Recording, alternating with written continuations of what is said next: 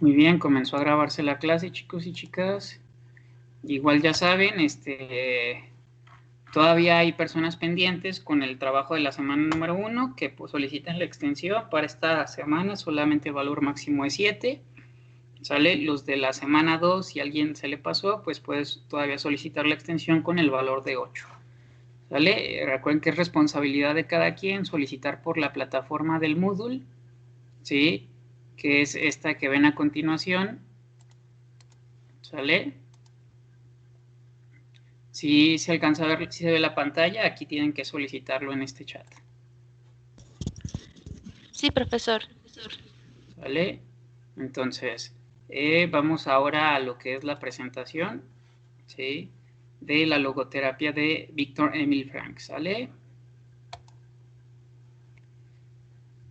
El día de hoy vamos a ver esta presentación y espero que la terminemos para poder ver también un video de un autor que es logoterapeuta, que habla sobre la logoterapia y que es un autor que vamos a leer en varios artículos, no necesariamente de la logoterapia, sino de la empatía. ¿Sale? Entonces, bueno, vamos a profundizar ahorita en este tema. ¿Sí se ve bien la presentación, chicos y chicas, en sus pantallas? En el mío sí. Ok.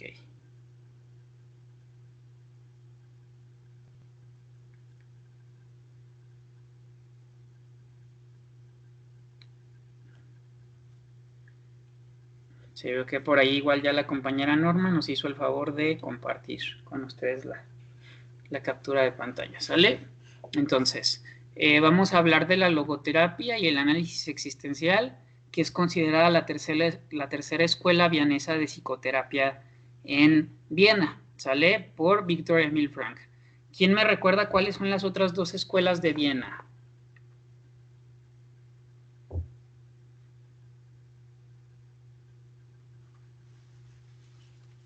Lo acabo de decir hace unos días, chicos y chicas.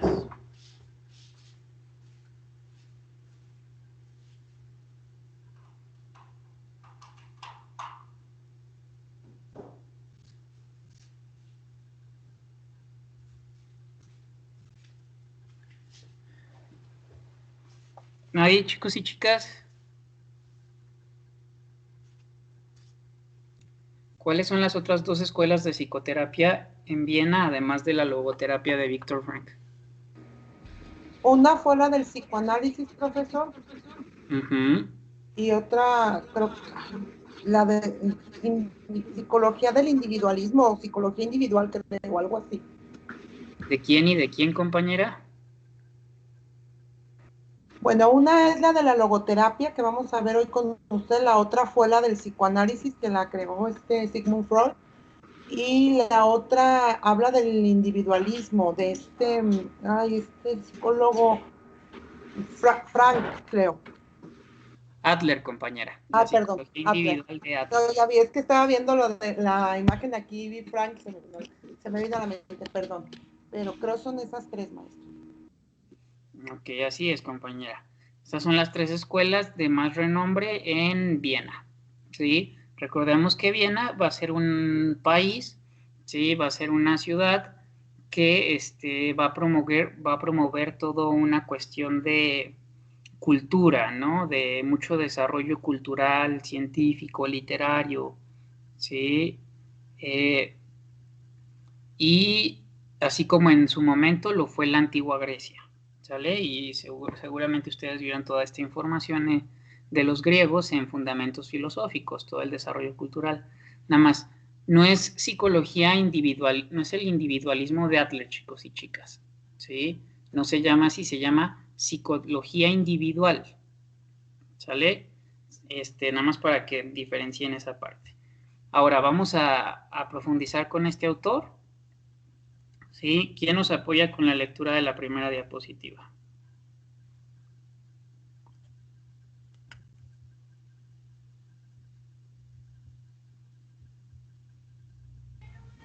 Yo, profe. Adelante, compañera. Viktor Emil Frankl nació el 26 de marzo de 1905 en Viena, Austria, y falleció el 2 de septiembre de 1997. En Viena fue neurólogo y psiquiatra, fundador de la logoterapia. Ok, muchas gracias.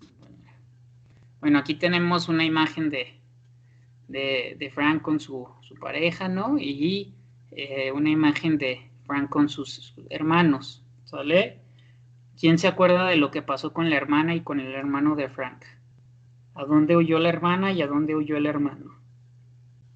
Lo leímos el día de ayer.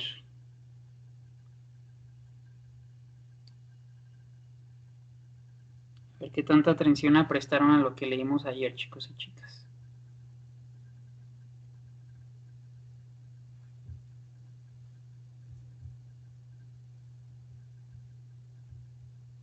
¿Quién recuerda qué pasó con los hermanos de Frank?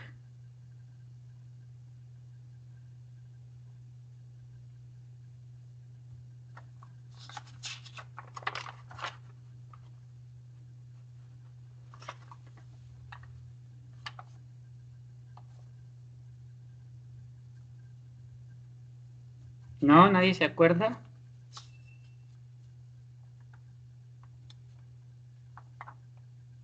Bueno, la hermana de Frank huyó, sí, a Australia, encontró refugio allá, y el hermano de Frank, en un intento por escapar a Italia, es detenido por los nazis también.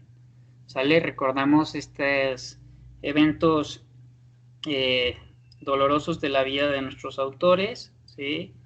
Donde Frank prácticamente pierde a toda su familia, ¿sí? Pierde a sus padres, pierde a su hermano, su hermana termina en otro país muy lejano a donde él va a estar, ¿sale? Pierde a todos frente a la posibilidad de haberse ido él también, ¿sí? De haberse ido de manera legal, porque recordemos que le ofrecen un visado para irse a los Estados Unidos, ¿sí? Mismo que él va a rechazar por mantenerse con sus padres. Esto es un poco de lo que ayer estuvimos hablando, chicos y chicas, de lo que ayer se estuvo leyendo en la lectura, ¿sí? Sobre lo que fue la vida de este autor, en específico en el periodo en el que se encontró en el holocausto nazi, ¿sí? En Auschwitz, donde fue prisionero, el momento en el que sale y todo lo que implica para este autor, ¿sí? Esta situación de pues estar en el confinamiento, ¿sale? Un confinamiento obligado. ¿Sí? ¿Quién nos apoya con la siguiente diapositiva?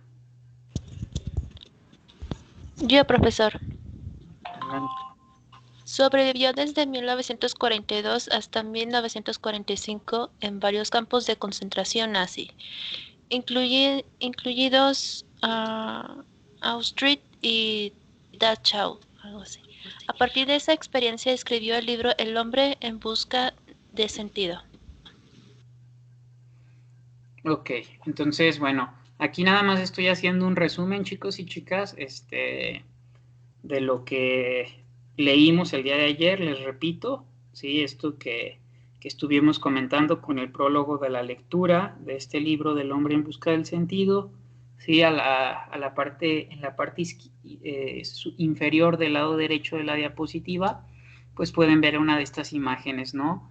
Desgarradoras de lo que fue esta genocidio, ¿no? Genocidio parte de la humanidad, ¿sale? Entonces, vamos a tomar en cuenta esto. Este personaje estuvo 3 años, ¿sí? En los campos de concentración, ¿sí? Donde vivió estas múltiples situaciones, ¿no? Donde tuvo que hacer lo necesario para sobrevivir, donde en múltiples ocasiones rondó por su cabeza la idea de terminar con su vida, ¿sí? Etcétera, ¿sale? Entonces, esto es un poquito de la remembranza de lo que hablamos ayer en el prólogo, ¿sí? Lo planteo ahorita en las diapositivas, nada más para que lo tomen en cuenta, que son como los datos más relevantes, ¿no? De lo que vivió este autor. Sí, vamos a la siguiente diapositiva. Ahora, ¿quién nos acompaña con la lectura? Yo, profe. Adelante. Al ser liberado por las tropas norteamericanas en abril de 1945, regresa a Viena y se entera de que fue el único sobreviviente de su familia. Reflexiona cómo escapó de la muerte y comienza a buscar un camino.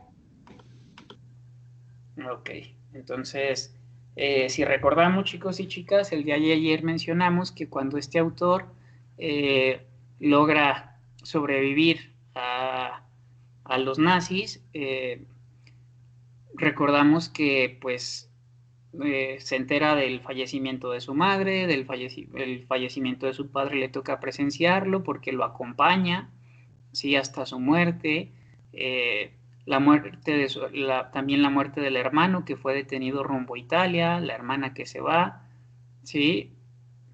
Y recuerda que su esposa estaba embarazada, ¿sí? Que la hicieron abortar y después murió en las cámaras de gas, ¿sí? Estas cámaras de gas que pues son famosas por el terror, ¿no? Que representan y que ustedes quizás han visto en películas, ¿no? De cómo los formaban supuestamente para bañarlos, ¿no? Y los llevaban pues a su muerte, ¿no? Y entonces esto implicó, como lo leímos en la lectura del día de ayer, que él regresara a una Viena sumergida en la pobreza, en la falta de oportunidades y que no encontrara salida, ¿no? Que no encontraba una salida, ¿sí? Hasta que poco a poco logró hacerse de un apartamento, logró comenzar a trabajar, ¿no? Con todo lo que implicaba. Un compañero suyo le regresó sus escritos que le había dado unos días antes de haberse ido a los campos de concentración, algo que ya había olvidado, ¿sí? Un poco, ¿no? Todo lo que ayer hablábamos, ¿no? De este autor, ¿sí? Hasta que, pues también tuvo 3 semanas, ¿sí? Donde estuvo hable y hable y hable de lo que pasó en este campo de concentración, ¿sí? Donde 3 mujeres escribían todo lo que hablaba, y de ahí va a surgir este libro del hombre en busca del sentido, ¿sale? Que es el que leíamos ayer el prefacio, ¿sí? Si tienen oportunidad, les repito, hay que leerlo, ¿no? Sería muy interesante que puedan leer lo que este hombre va a relatar de lo que vivió en el campo de concentración.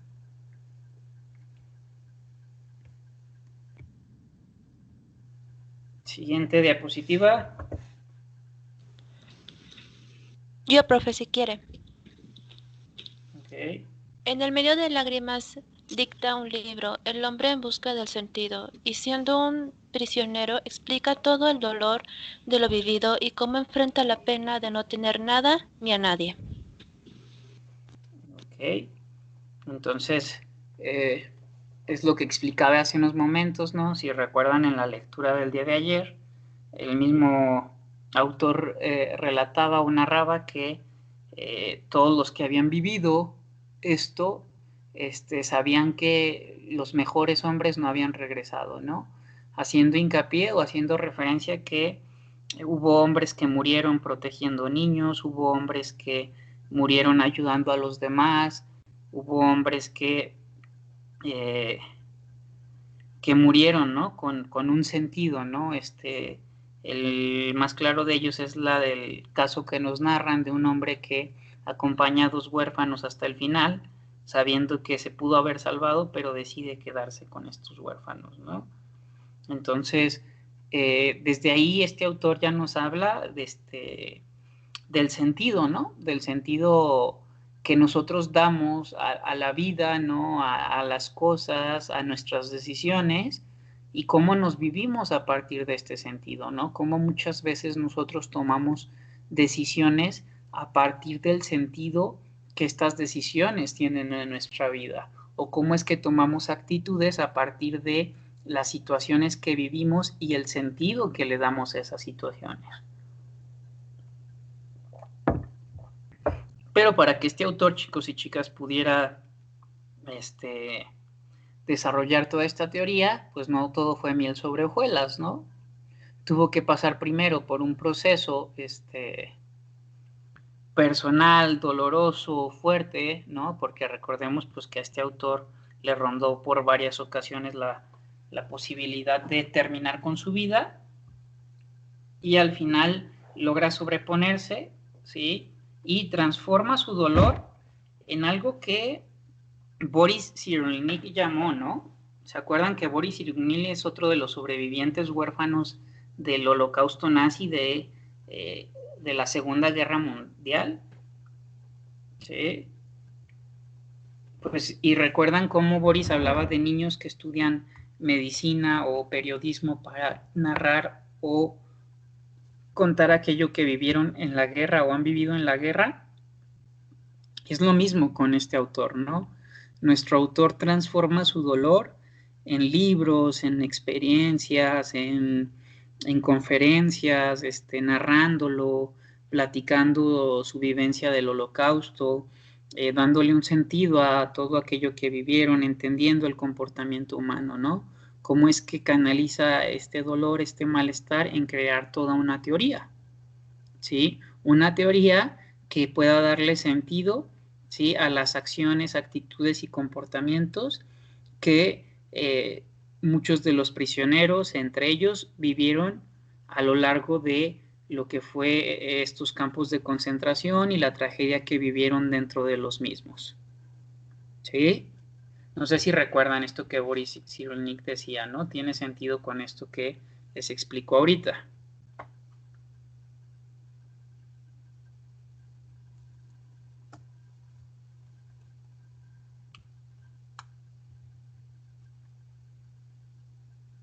¿Sí lo recuerdan, chicos y chicas? Sí, profesor. Sí, profe. Ok. Entonces vamos a la siguiente diapositiva. ¿Quién nos apoya ahora en esta diapositiva? Ya, profe. A diferencia del psicoanálisis de Freud o la psicología individual de Adler, para Frank, la motivación primaria no es ni el principio del placer, Freud, ni el deseo del poder, Adler, sino el deseo de significación, ya que este es el que inspira más profundamente al hombre, porque es el fenómeno más humano de todos y es exclusivo de él. Ok. Muy bien, compañeras y compañeros. Bueno, hablar de este autor, ¿sí?, es hablar de un autor que nos plantea un postulado distinto, ¿sí?, respecto a la motivación primaria de los seres humanos, ¿sí?, en comparación con estos otros dos personajes que los tenemos aquí en pantalla, sus imágenes, Freud y Adler, ¿no?, donde con este primero, como su compañera nos leyó, el principio del placer es la motivación primaria del ser humano, ¿sí? Y cómo transformamos este principio en significantes, ¿sí? Y para Adler, acuérdense que hablábamos de un autor que hablaba de los sentimientos de inferioridad y cómo emprendemos acciones para sobreponernos a esos sentimientos, ¿no? Como lo vimos en la teoría de la clase pasada, ¿verdad? Bueno, del cuatrimestre pasado. ¿Sale? Entonces, partiendo de eso, ya tenemos como la primera diferenciación entre las teorías de estos otros dos personajes, ¿sí?, que forman parte de las escuelas de Viena, y la escuela de nuestro personaje, ¿no? O sea, la primera diferencia que hay entre estos autores, ¿no? Si yo les hiciera un examen y les preguntara cuál es la diferencia entre las teorías de Frank, Adler y Freud, esta es la respuesta, ¿no? Que para Frank la motivación primaria del ser humano tiene que ver con el deseo de significación, mientras que para Freud la motivación primaria es el principio del placer y para Adler el deseo de poder, ¿sí? Para nuestro autor el deseo de significación, ¿sí?, es el que hace que los seres humanos, ¿sí?, los hombres y las mujeres, ¿sí?, seamos inspirados a actuar, a movernos, a seguir viviendo, ¿sí?, y refiere que esto es exclusivo de los seres humanos, ¿sí?, que es exclusivo de los seres humanos, el hecho de darle significado a las cosas, ¿sí? De darle un sentido, un para qué a las cosas, ¿sí? El por qué me pasó esto tiene algún significado. Incluso lo podemos ver en la religión, ¿no, chicos y chicas? Cuando decimos, solamente Dios sabe, ¿no? Solamente Dios sabe por qué se llevó a tal persona, ¿no? No, pues es que los planes de Dios son perfectos, ¿no? Y entonces, este sentido religioso judio-cristiano que tenemos la gran mayoría de los mexicanos, ¿sí? Nos da un significado, ¿sí? A partir del cual nosotros y nosotras nos movemos, ¿sí? Pero un perrito, un gatito no dicen, seguramente Dios así lo quiso, ¿no? Nosotros tenemos que darle sentido a las cosas, ¿sí? Tenemos que entenderlas, ¿sí? Comprenderlas y asimilarlas para encaminar nuestra atención, ¿sí? Nuestra percepción a lo que viene, ¿sí? Respecto a lo que hemos vivido y respecto a lo que podemos vivir, ¿sí? Y qué significa aquello que hemos vivido y qué significa aquello que podemos o queremos llegar a vivir, ¿sí? No sé si vamos claros con esta explicación, chicos y chicas. Muy ¿Dudas, claro. preguntas? No, profe, todo muy claro. ¿Sí? Si vemos, bueno, en los animales también tenemos un principio de placer, aunque aclaremos que en los animales el principio de placer pues tiene que ver ¿con qué tiene que ver el principio de placer en los animales, chicos y chicas? ¿Lo recuerdan? Es satisfacer sus necesidades, ¿no? Bueno, vendrías. Pero ¿desde qué lugar, compañera? ¿Desde dónde un animal satisface sus necesidades? ¿Del instinto? Efectivamente. ¿Sí?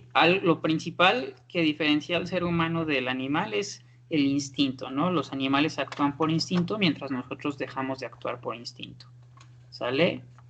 Y cuando hablamos, por ejemplo, de Adler, chicos y chicas, pues vemos que en el reino animal también hay poder, ¿no? Hay poder que nuevamente tiene que ver con el instinto y la supervivencia, ¿no? Como el león que vive con su manada, ¿no? O el lobo que vive con su manada, ¿no? El líder, ¿no? El que se mueve, ¿no? Entonces, para Frank, por ejemplo, tanto el principio del placer como el poder, ¿no? ¿Sí? Forman parte también del reino animal. Pero dice, hay algo que es exclusivo de los seres humanos, ¿sí? Que es el sentido que le damos a nuestra existencia, ¿sí? El sentido que le damos a nuestras vivencias vividas y a las vivencias por vivir, ¿sí? Entonces, dice, esto es exclusivo del ser humano.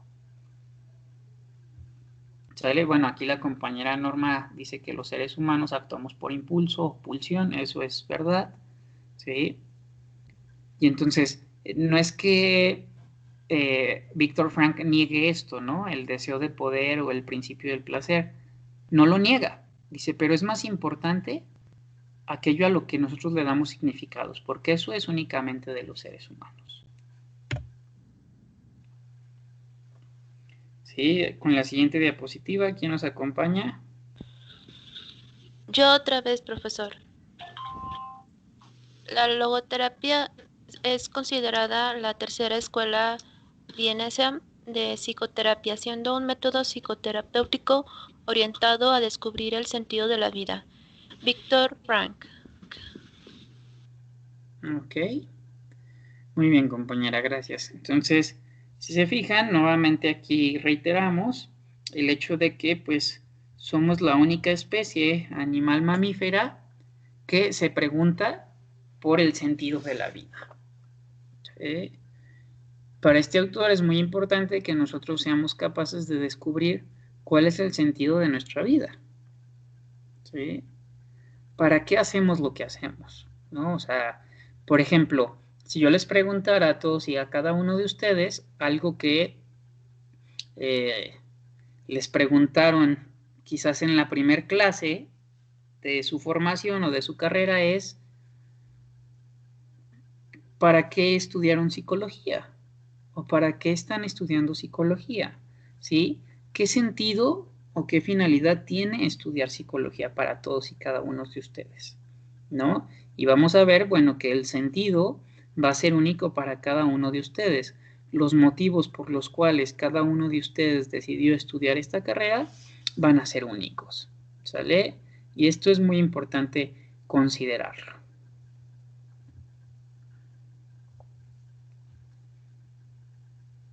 Sí, aquí tenemos una imagen, ¿no? De una chica preguntándose, ¿y entonces cuál es el sentido de la vida?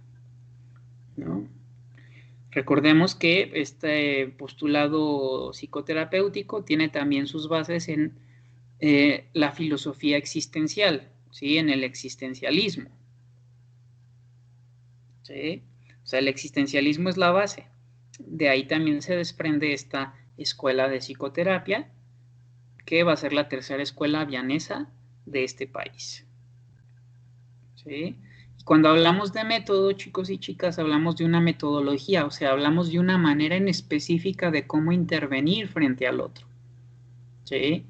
Teniendo esta concepción, yo les había explicado, chicos y chicas, que para entender una teoría de la personalidad es muy importante primero comprender cuál es me voy a regresar, la perspectiva o la mirada con la que se ve al otro, al ser humano, ¿no? Entonces, desde el psicoanálisis, el ser humano es un sujeto pulsional que actúa por los impulsos, ¿sí? Más que por los instintos, ¿no? Esa es la visión del ser humano. Para Adler es esta visión del poder, ¿no? De la recompensa, ¿no? Y para este autor la visión del ser humano tiene que ver con esta significación del deseo, ¿sí? O el deseo de la significación, ¿sale? Y entonces en ese sentido vamos a mirar con esta lupa, ¿sí? La metodología de esta terapia, ¿sí? Porque desde esta mirada es que se aborda, se acompaña, se tiene una actitud frente al otro, ¿sí? Frente al otro que es el paciente, ¿sí? Que está en un proceso logoterapéutico tratando de descubrir cuál es el sentido de su vida, de lo que hace.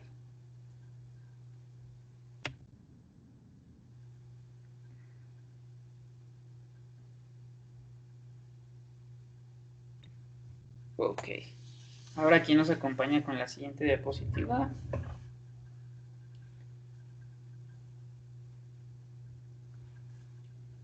¿Quién no ha leído todavía? Yo sí gusta, profe. Logoterapia, Escuela Vienesa de Psicología, desarrollada por el neurólogo y psiquiatra Viktor Frankl. Es un tipo de psicoterapia que se apoya en el análisis existencial y se centra en una voluntad de sentido. Ok. Bueno, ahorita vamos a profundizar más adelante en las siguientes diapositivas lo que es la voluntad del sentido, chicos y chicas, ¿no?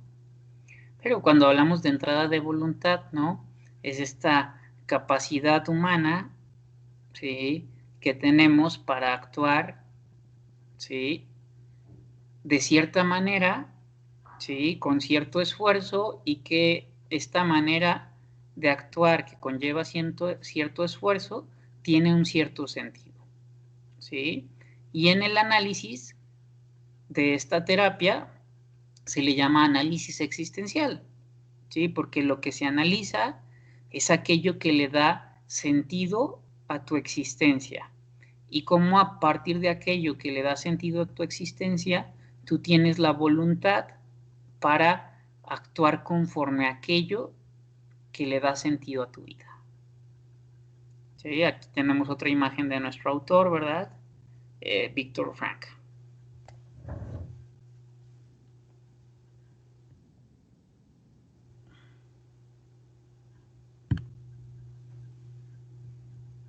Ok, ¿quién los lee la siguiente diapositiva? Profesor, si quiere, yo otra vez. La voluntad del sentido constituye una fuerza primaria y no una racionalismo secundaria de sus impulsos institutivos, El sentido es único y específico en cuanto que es uno mismo y un solo, quien ha de encontrarlo. Sí, gracias, compañera. ¿Sale? Entonces, cuando hablamos de voluntad del sentido, hablamos de una fuerza primaria. ¿Sí? Si nosotros habláramos desde el psicoanálisis, acuérdense que este autor, Viktor Frankl, va a cuestionar el psicoanálisis y va a debatir el psicoanálisis con Freud. ¿Sí? Desde la teoría freudiana, por así decirlo, hablaríamos que la voluntad del sentido tiene que ver con una racionalización de la mente, de la psique, ¿sí? Pero que parte de los impulsos, como lo dijo la compañera Norma, de las pulsiones, ¿sí? Que acuérdense que muchas veces desde la teoría de Freud se usaban estas palabras, ¿no? Instinto, ya después se hizo la diferenciación, ¿no? Pero no es lo mismo el impulso instintivo pulsional del ser humano que los instintos animales, ¿sale? Entonces el psicoanálisis decía, viene primero el impulso, viene la pulsión y después tu mente, ¿sí? Estructura este deseo pulsional y le da una forma, ¿sí? A partir del razonamiento, de la racionalización sobre aquello que necesitas o quieres, ¿no? Y entonces para este autor dice, no es que el impulso sea lo primario y lo secundario sea la voluntad del sentido, sino que la voluntad del sentido es una fuerza primaria, ¿sí? O sea, aquello que le da sentido a tu vida, ¿sí? Es una fuerza como motora, por así decirlo, como un motor de vida que te hace actuar de una u otra manera, ¿sale? Y también habla de una postura que es subjetiva, única y particular para cada individuo. Por eso aquí dice, este sentido es único y específico, en cuanto que es uno mismo y uno solo quien ha de encontrarlo, ¿sale? Entonces, desde esta teoría, nadie te puede decir cuál es tu sentido de vida, ¿sí? Cuál es tu voluntad del sentido, ¿sí? Porque tu voluntad del sentido, aquello que le da sentido a tu vida, va a ser único y exclusivo de ti, ¿sí? Específico de ti en cuanto a el momento, el contexto en el que te encuentras, las circunstancias que te rodean, lo que estás haciendo, lo que estás dejando de hacer. Entonces, solamente tú y solamente tú, ¿sí? Es quien puede decir qué te da sentido, ¿sí? Y para ello, el análisis existencial implica que tú seas quien descubra, con el acompañamiento del terapeuta o del logoterapeuta, ¿sí? Pero que seas tú quien se dé cuenta o se percate de cuál es su voluntad del sentido, ¿sí? De cuál es su fuerza primaria que lo hace actuar de ciertas maneras, ¿sí? Entonces, el logoterapeuta no es un experto mayor al paciente o al cliente, ¿sí? Este es otro postulado de también la psicología humanista que comparten la logoterapia y las corrientes humanistas de psicoterapia. Por eso es que este autor, sin ser psicología humanista, chicos y chicas, lo tenemos en este programa de teorías de la personalidad 2 que abarca a los autores de la psicología humanista, ¿sí? O a los principales representantes o autores de la psicología humanista, ¿no? Entonces, en cuanto a esta teoría, pues hay situaciones que son parecidas. ¿Por qué?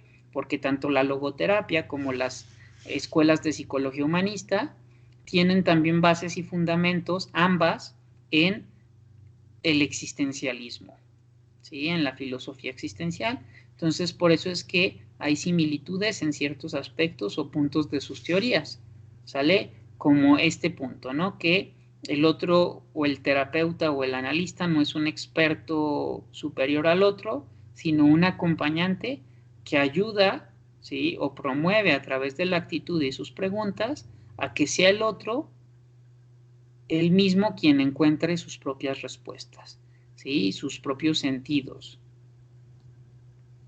¿Vamos claro, chicos y chicas? Sí, profesor.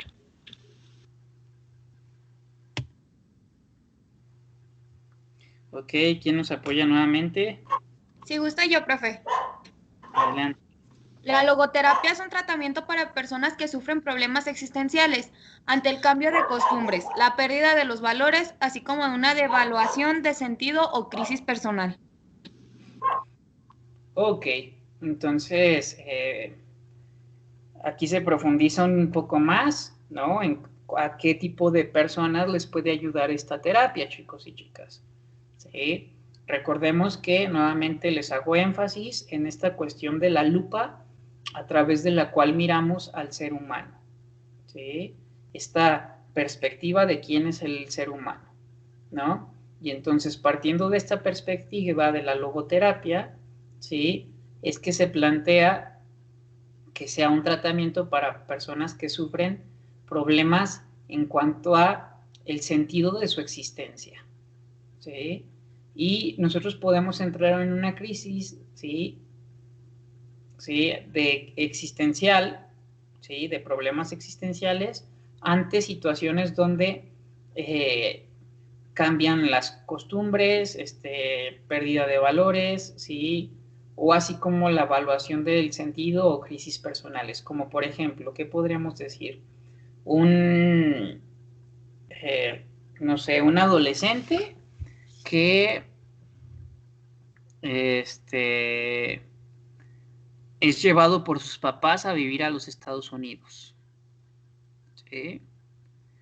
Y entonces para este adolescente, el arraigo cultural, las costumbres, su familia, sus primos, sus cuates, pues eran muy importantes, ¿no? ¿Sí? Este sentido de pertenencia da mucho sentido a la vida de los adolescentes, ¿no? Si hablamos de una época evolutiva, chicos y chicas, aquí hay algo en común en todos los adolescentes, ¿no? Para los adolescentes tiene mucho sentido y es de suma importancia, ¿sí? Pertenecer, ¿no? Entonces, si un adolescente no se siente perteneciente, ¿sí? Pues esto puede implicar un problema existencial, ¿sí? Cierta angustia existencial, cierta sensación de crisis personal, ¿no?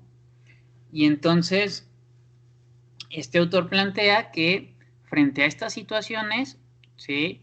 El paciente puede llegar al análisis logoterapéutico, ¿sí? A tratar aquello que le está pasando, ¿sí? Y si existe la posibilidad de que pueda darle un nuevo sentido, un nuevo rumbo a aquello que está pasando, ¿no? O aquello que puede retomar, entendiendo que hay cosas que pueden depender de sí mismo y que hay cosas que no dependen de sí, ¿no? O sea, por ejemplo, no depende del adolescente que se lo lleven o no a otro país, ¿no? Al final depende económicamente y psíquicamente, pues, de sus profesores, ¿sí? Digo, perdón, Profesor, de sus tutores, ¿sí? profesor, ¿me lo podía repetir? Bueno, es que se me fue el internet y me hizo una movedera que no le entendí nada. ¿Me lo podía repetir, por favor? ¿Hasta dónde se quedó, compañera? No sé quién de mis compañeros leyó la logoterapia, que ya no escuché nada. Ok, igual, va a poder volverlo a escuchar, compañera, en la clase grabada, pero a grandes rasgos le comento o le repito un poco, ¿no? Este tipo de tratamientos o la logoterapia, está recomendada, ¿no? Para personas que sufren este tipo de problemas, ¿no? Problemas existenciales donde aquello que están viviendo, es como si te entraras en como si te noquearan, por así decirlo, compañera, ¿no? O sea, situaciones, circunstancias que hacen que algo que para ti tenía sentido, ¿sí? Deja de tener sentido o, aunque sigue teniendo sentido, pues te tienes que adaptar a una nueva circunstancia de vida, ¿sí? Y entonces esto hace que pues entres en una crisis, ¿sí? Que te sientas desvalido, que no encuentres sentido a esto que está pasando, ¿sí? por ejemplo, ante la pérdida de un ser querido repentina, ¿sí? Pues puede como ser un shock muy impresionante y no entenderlo, no tener sentido esto que está pasando, ¿sí? Son varias las circunstancias las que podrían orillar a una persona a un proceso logoterapéutico, ¿sí? Que es una mirada existencial, ¿sí? Que tiene que ver con los problemas que vamos afrontando a lo largo de nuestra existencia y cómo estos problemas que afrontamos a lo largo de nuestra existencia nos pueden hacer sentir de una manera u otra, ¿sí? Nos pueden hacer sentir que tienen sentido o nos pueden llevar a el hecho de decir esto no vale la pena, esto no tiene sentido, ¿sí? No sé si a ustedes les ha pasado que hacen cosas, ¿sí? Que en algún momento dejan de tener un sentido, ¿sí? Que perdieron el sentido, que ya no le encuentran chiste, ¿sí? Y podemos hablar así de cosas muy simples o de cosas que son muy trascendentes, ¿sí? O muy importantes para la vida de una persona que lo llevan al análisis. ¿Sí? ¿Cómo vamos hasta aquí, chicos y chicas? Muy bien, profesor. Bueno, aquí estoy viendo el chat. La compañera Leslie pregunta, ¿cómo quien dice es terapia para las personas que les cuesta trabajo adaptarse a los cambios? Pues es una terapia para cualquier persona, compañera Leslie y compañía, ¿no? O sea, nada más que únicamente, por así decirlo, la mirada de esta teoría, ¿sí? O de esta metodología implica que tú puedas darle sentido, ¿sí? A aquello que tú estás viviendo o pasando en tu vida, ¿sí? Porque para esta teoría la vida tiene que ver con el sentido que nosotros le damos a las cosas, ¿sí? A lo que estamos viviendo, a lo que estamos pasando. A veces es más fácil adaptarnos, compañera, y encontrarle un sentido a aquello que cambia, o a veces es más complicado y complejo, ¿sí? Pero pues en sí la vida misma es cambiante, ¿sí? La vida misma es dinámica, no es estática, siempre está cambiando. Ok, profe, muchas gracias.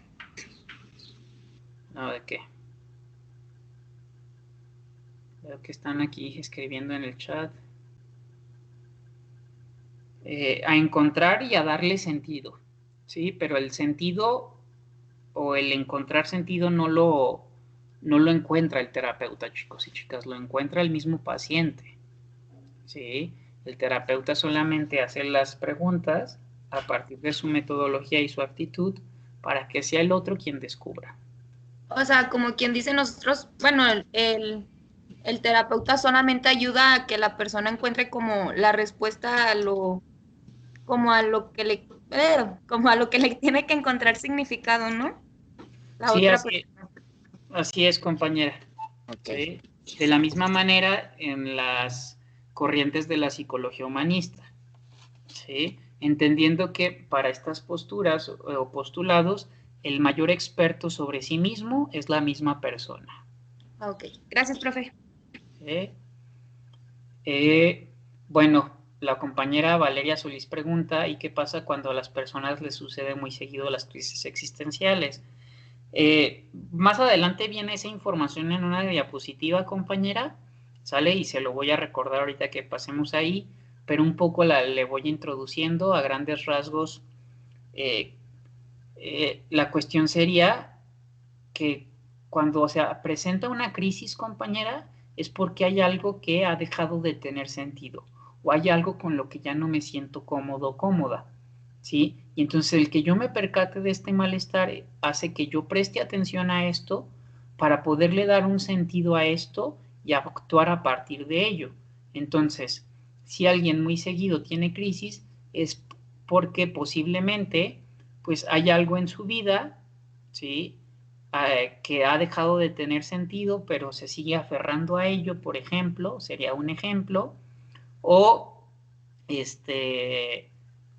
o alguien que, por ejemplo, le cuesta trabajo tomar ciertas decisiones o está en una zona de confort, pueden ser múltiples situaciones, Valeria, ¿sí? Compañera Vale y compañía, ¿no? Tendríamos que revisar por qué tan seguido le está pasando esto, ¿sí? O sea, ¿por qué hay tan seguido crisis? ¿Por qué hay tan seguido malestar? ¿Qué hace que no pueda darle sentido a lo que está viviendo, a su actualidad, a su presente, a sus vínculos, a sus relaciones? No sé si queda claro, compañera Valeria.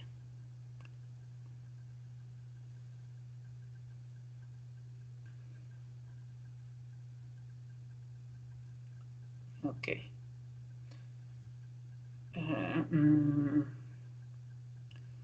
Sí, porque esta es una, bueno, la compañera Montserrat pregunta que si el terapeuta solamente guía.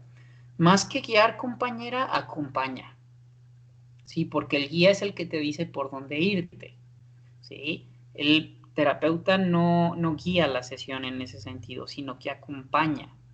¿Sí? Va acompañando el camino del otro y va haciendo preguntas para comprender y para que el otro mismo reflexione. ¿Sí? Y entonces, ¿quién le da sentido a la terapia? Pues el paciente le da sentido a aquello que reflexiona en la terapia, no a la terapia en sí misma. ¿Sí? Y a partir de eso es que surge la posibilidad de que aquello a lo que el paciente le da sentido, compañera, se ha puesto en escena en el ambiente, ¿no? Porque hace rato la compañera preguntaba que si entonces esta terapia es para quienes tienen resistencia o les cuesta adaptarse a los cambios. No necesariamente, incluso chicos y chicas, y hilando esto que preguntó la compañera Leslie con lo que dice la compañera Valeria, pues ustedes pregúntense también qué tanto muchas veces nos cuesta, ¿sí?, tomar decisiones que implican cambios, ¿sí?, desaprendernos de ciertas actitudes, desaprendernos de ciertos comportamientos, ¿sí?, y entonces, lejos de que nos cueste el cambio, es que no buscamos el cambio, ¿sí?, que nos estancamos en ciertas cuestiones y nos es difícil salir, como le llaman popularmente, de nuestra zona de confort. Aunque se dice popularmente, más vale malo conocido que bueno por conocer, ¿verdad? Esta es una frase muy popular, ¿no?, que ejemplificaría esto que les estoy explicando. Muchas veces, pues no salimos de esa zona por el temor a lo desconocido, ¿sí?, por el temor a lo incierto, ¿sí?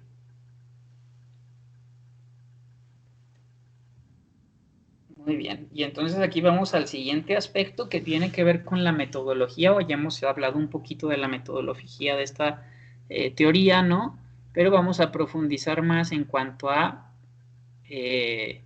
lo que es este método, ¿no? ¿Quién nos apoya con la lectura? Yo, profesor. Para aplicar la logoterapia y acompañar a la persona en la búsqueda del sentido de la vida, compartir la fase filosófica y astropología que plantea Frank. La vía es del siglo socrático, derivado de la mayéutica. La vía es el DS, compañera, que es la abreviación de diálogo socrático, derivado de la mayéutica, y es antropológicas. ¿Sí? Compartir las bases filosóficas y antropológicas. ¿Sí? Entonces, aquí dice también en la siguiente imagen, chicos y chicas, con letras amarillas y azules, dice, la mayéutica se basa en la dialéctica, la cual supone la idea de que la verdad está oculta en el alma de cada ser humano. ¿Sale? ¿Quién puede recordarnos, ¿sí?, a Sócrates? ¿Sale? ¿Quién se acuerda de su clase de fundamentos filosóficos, ¿sí?, de la psicología cuando vieron a este autor? ¿Qué hay con Sócrates? ¿Cuál es la filosofía de Sócrates? ¿A qué se refiere con el diálogo socrático este autor? ¿Qué pasó con Sócrates y la vida de este autor? ¿Quién se acuerda, chicos y chicas? Incluso si llevaron filosofía en la prepa, supongo que vieron Sócrates también.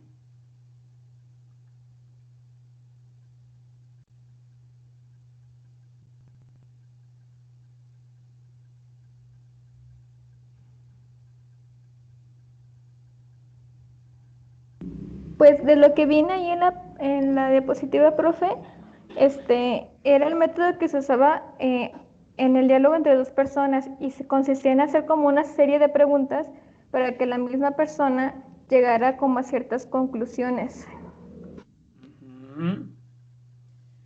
Pero y para estas preguntas que se hacían, ¿cuál era la intención, compañera? Entendiendo que usted dice que es para que pueda llegar a ciertas conclusiones, ¿sí?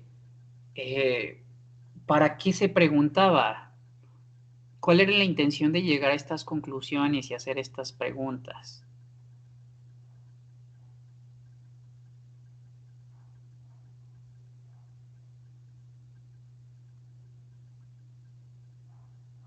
Este autor tenía una frase muy famosa que decía: yo solo sé que no sé nada. ¿Sí? ¿Qué significa esta frase de yo solo sé que no sé nada? Para cuestionarnos, o sea, cuestionar todo, no dudar, decir que no había una verdad absoluta. Sí, tiene que ver con el cuestionarnos, con que no hay una verdad absoluta. En realidad lo que sabemos de Sócrates lo sabemos a través de Platón, chicos y chicas, porque Sócrates se opuso, ¿sí?, a escribir, ¿sí?, a escribir aquello que reflexionaba, ¿sí? Sócrates fue obligado a tomarse un veneno, fue sentenciado a la pena de muerte porque se le consideraba un personaje o un autor que promovía la rebeldía entre los jóvenes, ¿sí?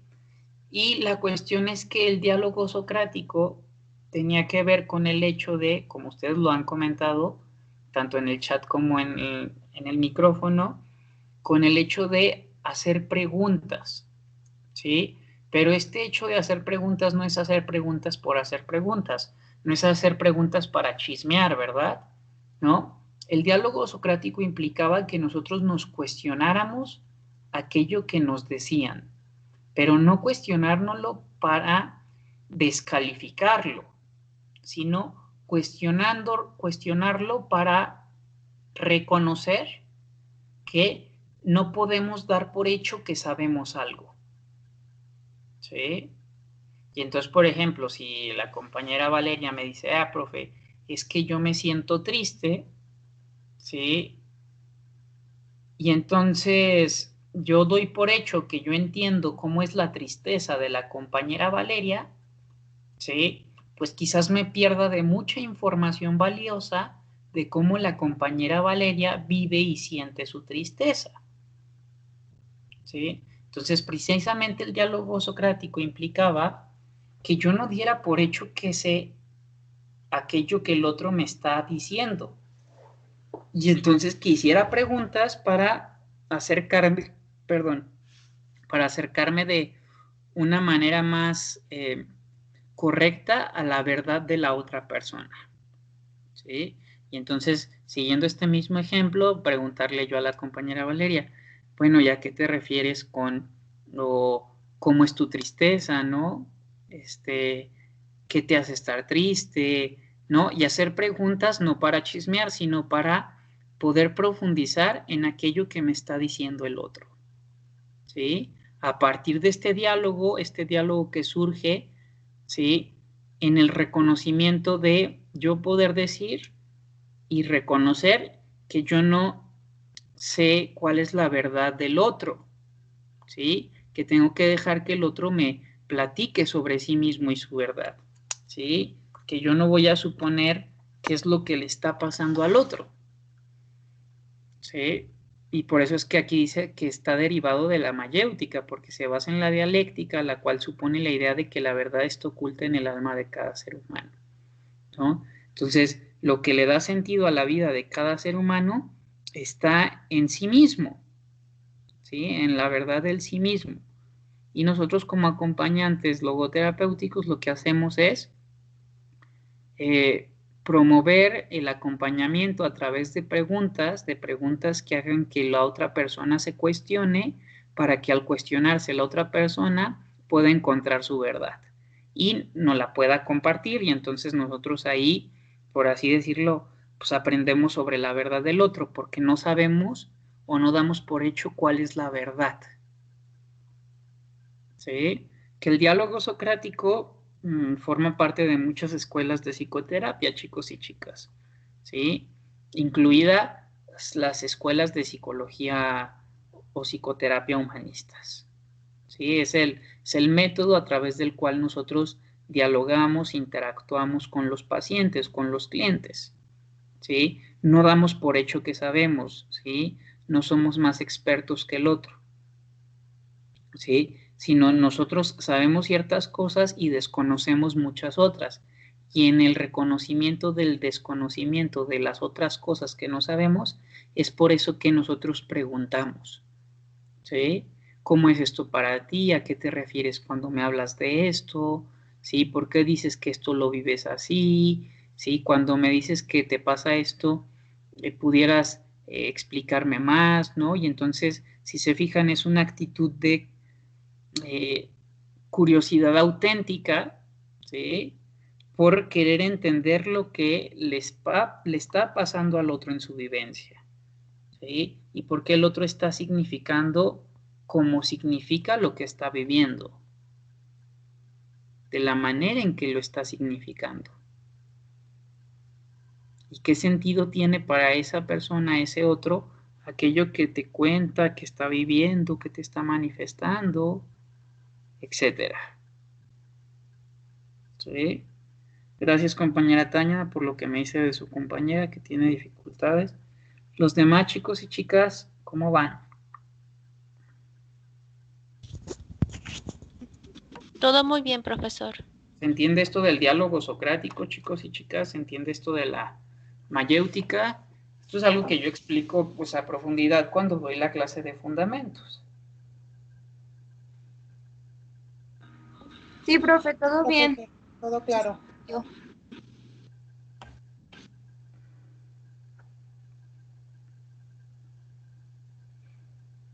¿Sí?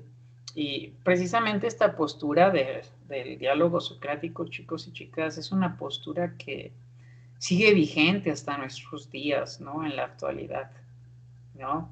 Por ejemplo, un autor español, si no me equivoco, Carlos Esclía, habla de la verdad o habla del otro como el otro es aquel que no soy yo, ¿no? El otro es aquel que lo divide una distancia que habla de un puente inquebrantable entre nosotros, ¿no?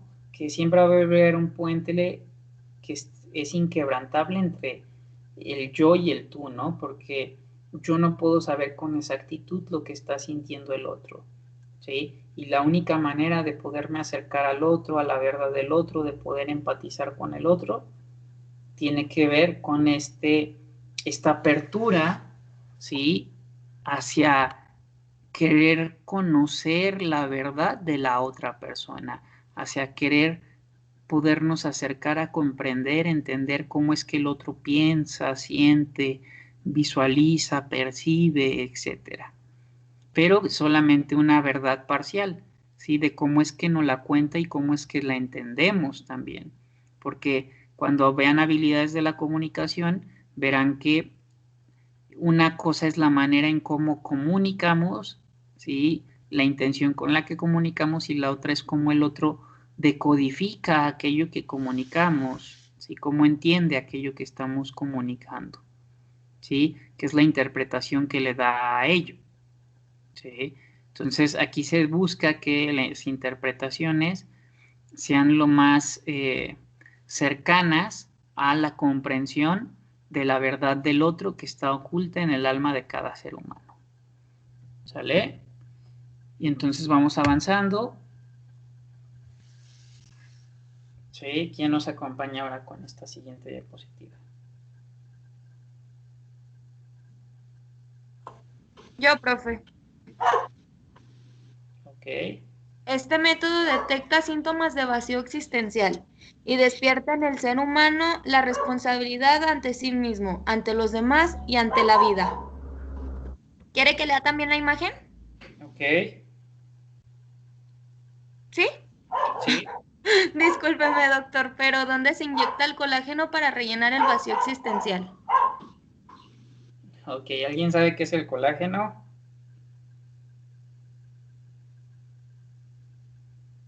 Es lo que nutre la piel, ¿no?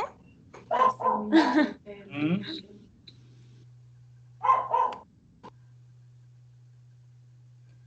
Algo así, compañera.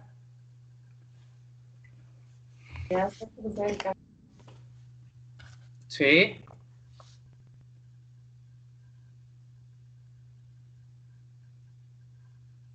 Bien.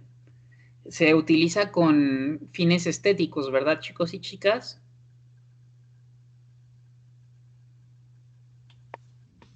La mayoría de veces, profe. Ok. Entonces, aquí es como, esta imagen es como una sátira, chicos y chicas, que hace una crítica a lo que viene siendo esta promoción de la belleza física, ¿no? Del pleno siglo XXI, ¿no? Que tiene que ver con la apariencia física, ¿sí? Y entonces por eso es que la compañera leyó que este método detecta síntomas de vacío existencial, ¿sí?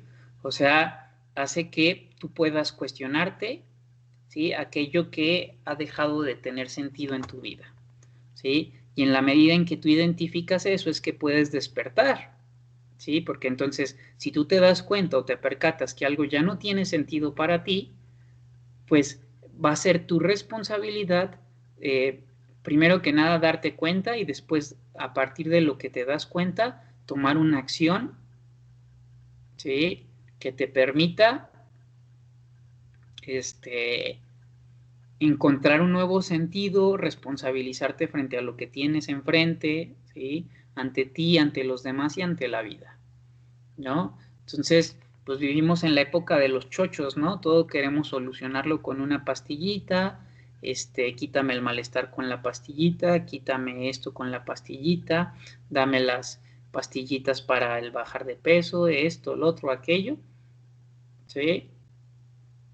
Pero no nos detenemos a ver por qué eso precisamente nos está generando un malestar, sino que es como quítame el malestar, dame una pastillita, dame lo otro, dame aquello. ¿Sí? Por eso es que esta sátira dice, discúlpeme doctor, pero ¿dónde se inyecta el colágeno para rellenar el vacío existencial? ¿No? Porque, pues, hacia el exterior puedes cambiar, ¿no? O en la apariencia, pero aquello que estás sintiendo, ¿sí? Internamente, pues no te lo puede quitar un chochito o una pastilla, ¿no? Entonces, en este método se detectan, se encuentran, ¿sí? Vacíos existenciales, y a partir de aquello que te das cuenta es que puedes responsabilizarte para modificarlo, para darle un nuevo sentido. ¿Vamos claro, chicos y chicas? Sí, profesor. Muy claro. Sí, profe. Sí, profe, todo bien. Okay. A ver, usted, compañero, que abrió ahorita su micrófono. ¿Quién es? Adrián. Adriana. Acompáñenos con la siguiente diapositiva. Sí, sería una captura que no alcanza a ver. Una captura de la lectura, por favor. ¿Le pueden mandar captura, chicos y chicas? Dentro de esta terapia se busca una visión completa de la persona en la que se ve como a un ser único e irrepetible, en el que hay que tener en consideración su dimensión espiritual.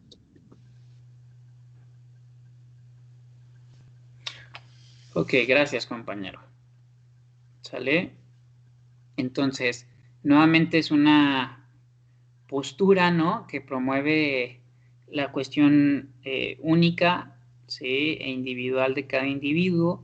No sé si recuerdan que con nuestro autor anterior, este autor también se negaba a agrupar a las personas en datos estadísticos, ¿sí? Y se plantea la posibilidad de que, pues, cada ser único e irrepetible encuentre el sentido único e irrepetible que tiene su propia vida, su propia existencia, ¿sí? Y esta escuela de psicoterapia considera la dimensión espiritual como parte de la vida, ¿sí? Para este autor, el aspecto espiritual, ¿sí?, va a ser importante para aquello a lo que tú le das sentido, ¿sí? Como lo vemos con nuestra cultura judeocristiana, ¿no? Muchas de las cosas que nosotros hacemos tienen una connotación o un sentido conforme a nuestra dimensión espiritual, ¿sí? Pero esta visión completa del ser humano precisamente tiene que ver con el hecho de reconocer que todos somos únicos e irrepetibles y que lo que le da sentido a nuestra vida es diferente a lo que le da sentido a la vida del compañero de al lado. Que incluso todos los que están aquí estudiando la carrera de psicología, pues tienen un sentido único y particular de por qué están estudiando esta carrera, ¿sí? Y la razón por la que cada uno de ustedes estudia psicología es irrepetible, ¿sí? Aunque puedan decir cosas parecidas, ¿sí?, pues el valor que cada uno le da a esto que dicen es único, ¿sí? Que tiene que ver con la verdad de cada uno de ustedes, ¿sale? Tiene que ver con la mayéutica, ¿no? Entonces, estos aspectos pues son importantes también a considerar dentro de esta escuela de psicoterapia, ¿sí?, dentro de esta metodología.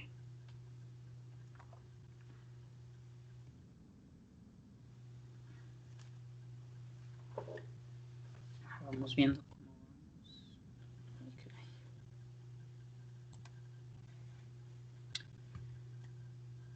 ¿Quién nos apoya con la siguiente diapositiva? Si quiere, yo otra vez, profesor. Bueno, si gustas, yo, Leslie, perdón. Ah, sí, claro. Los temas fundamentales de la logoterapia son sentido de la vida. Es único y específico para cada ser humano y concreto en cada momento de su existencia. Para Frank, la vida puede adquirir sentido mediante la realización de 3 valores: creativos, realizar ciertas actividades, vivenciales, experimentar o sentir algo por alguien, de actitud hacia alguna emoción, por ejemplo, hacia un sufrimiento. Gracias, Leslie. Ok, gracias, compañera. ¿Sale? Entonces, bueno, esto ya lo hemos venido mencionando, lo que acaba de leer su compañera. El sentido de la vida es único para cada uno de nosotros, ¿sí? Pero no habíamos hablado de esto, que es concreto en cada momento de su existencia, ¿sale? O sea, que aquello que tiene sentido para nosotros, ¿sí?, tiene que ver con lo concreto y específico de aquello que estamos pasando precisamente en esos momentos, ¿sí? Y entonces, si para la compañera Norma tiene sentido la salud emocional, ¿sí?, quizás es porque en estos momentos de su vida que está estudiando psicología y que se está dando cuenta de mucha información, ¿sí?, pues adquiere sentido y adquiere importancia en su existencia el hecho de tomar en cuenta el aspecto emocional de su vida, ¿no? Desde un lugar más consciente, etcétera. ¿Por qué? Porque en este momento específico de su vida, es solamente un ejemplo, a lo mejor desde antes, pero quizás en estos momentos que se decide estudiar esta carrera, esto adquiere sentido, ¿sí? Y es concreto y específico de la situación que está viviendo en estos momentos. Y esto que adquirió a lo mejor sentido en estos momentos de su vida, va a adquirir sentido para toda su vida, ¿sí? Y entonces, por ejemplo, hablamos de el sentido de la vida que tiene que ver con situaciones creativas, ¿sí? que es cuando realizamos ciertas actividades, como el ejemplo que les acabo de poner, ¿no? Pues la actividad de estar estudiando la carrera de psicología, ¿sí? Hace que a la compañera Norma le dé sentido en su vida considerar los aspectos emocionales de su vida y la expresión de los mismos, ¿sí? Cuando hablamos de vivenciales, ¿no? Hablamos de situaciones que tienen que ver con el vincularnos con alguien, ¿sí? ¿Y qué sentido tiene para mí? ¿Sí? Por ejemplo, para la compañera Monse, haber encontrado al amor de su vida, ¿sí? Sentir algo o por alguien. ¿Qué sentido tiene eso? ¿Sí? El sentido o la posibilidad de casarse con esa persona, de formar una familia con esa persona, ¿no? ¿Sí? ¿Qué sentido tiene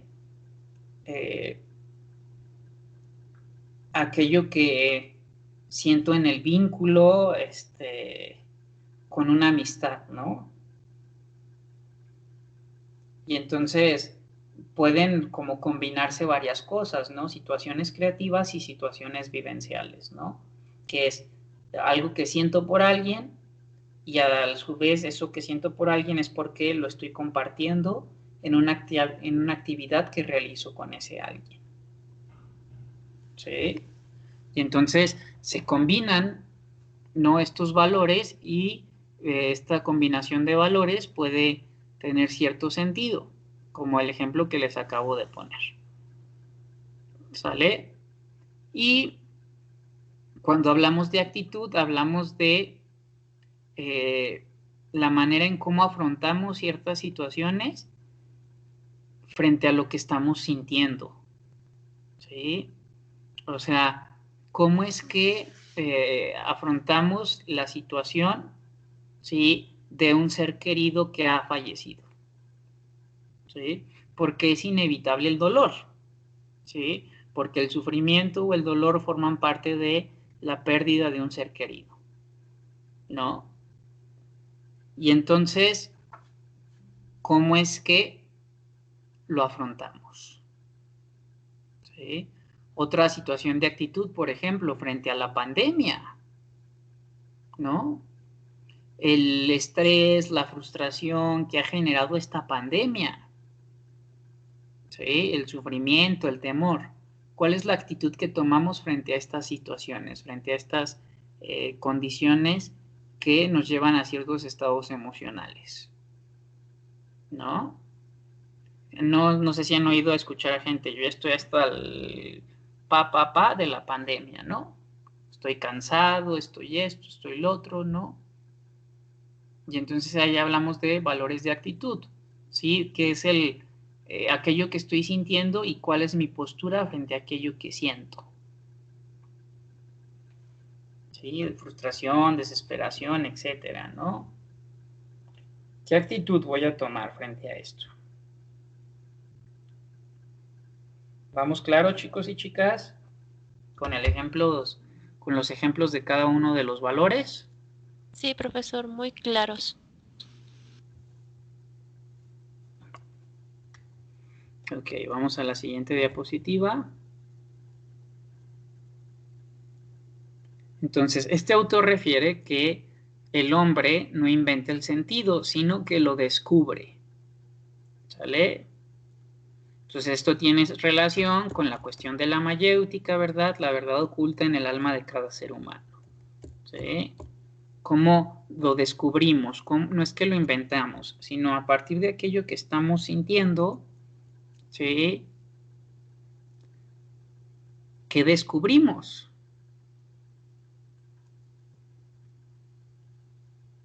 ¿Sí? A partir de aquello que estamos vivenciando, ¿qué sentido le damos? Y eso es un descubrimiento, no es algo que inventamos, ¿sí? Sino que lo descubrimos a partir de aquello que estamos sintiendo, a partir de aquello que estamos vivenciando y cómo aquello que vivimos, sentimos y vivenciamos nos lleva a ciertos sentimientos, a ciertas sensaciones, y estas sensaciones y estos sentimientos adquieren cierto sentido, ¿sí? A partir de lo agradable o desagradable que estos puedan ser. ¿Vamos?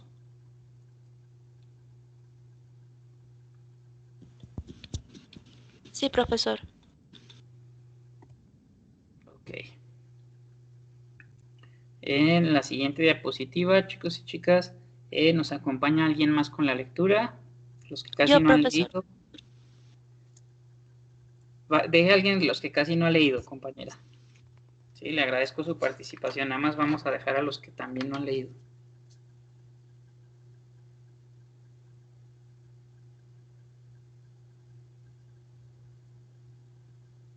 ¿Quiénes casi no han leído o no han leído, chicos y chicas? Yo leo, profe, nomás que me pasen la... ya pasé. Ya se la mandaron, compañera. Dice... Donde dice Frankie, ¿verdad? Ajá. Frank también consideraba que las ideas religiosas pueden ofrecer una posibilidad de sentido para algunas personas. Define como la religión como la búsqueda del hombre del significado último. Ok, muchas gracias, compañero. ¿Por qué define a la religión como la búsqueda del hombre del significado último? ¿Por qué? Porque la religión, chicos y chicas, ofrece la posibilidad de creer en lo que va a pasar después de la vida. ¿Sí?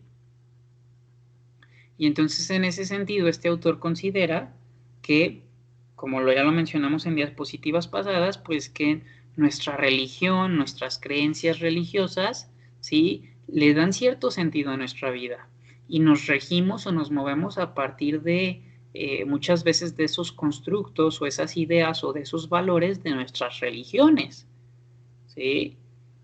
Y a partir de ello es que nos vivimos con un significado, ¿sí?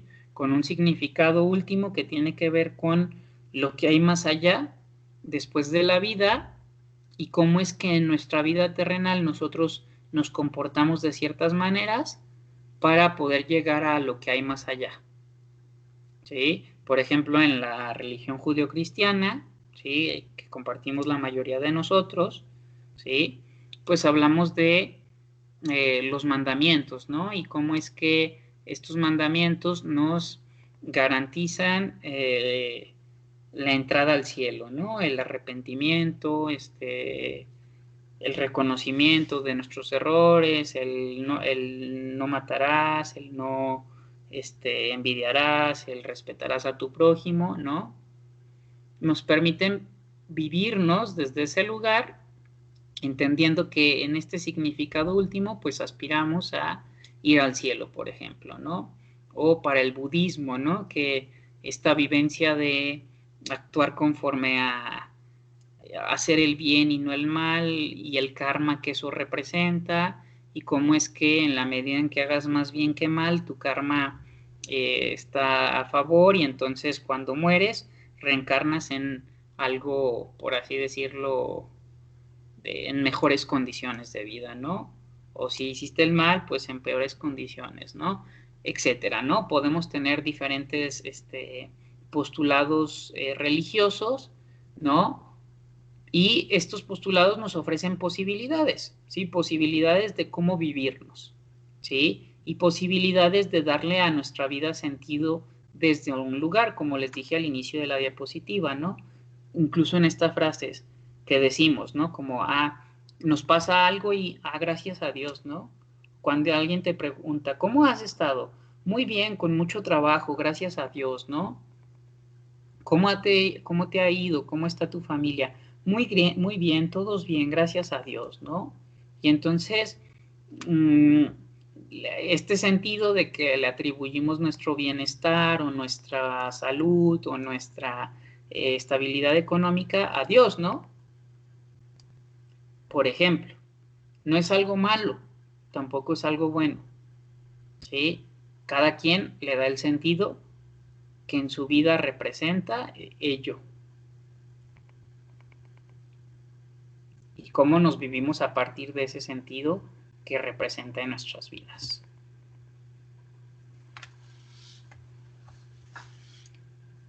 Vamos a la siguiente diapositiva, chicos y chicas. ¿Quién nos acompaña ahora con la lectura? de los que casi no han leído, por favor.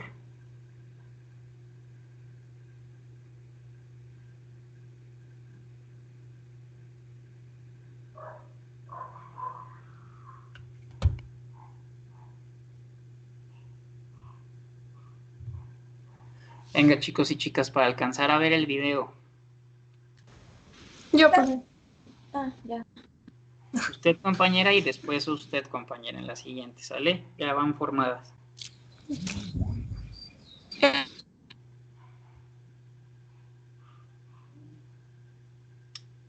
Para buscar una reorientación a través de la búsqueda de un sentido potencial junto a la conciencia de la voluntad.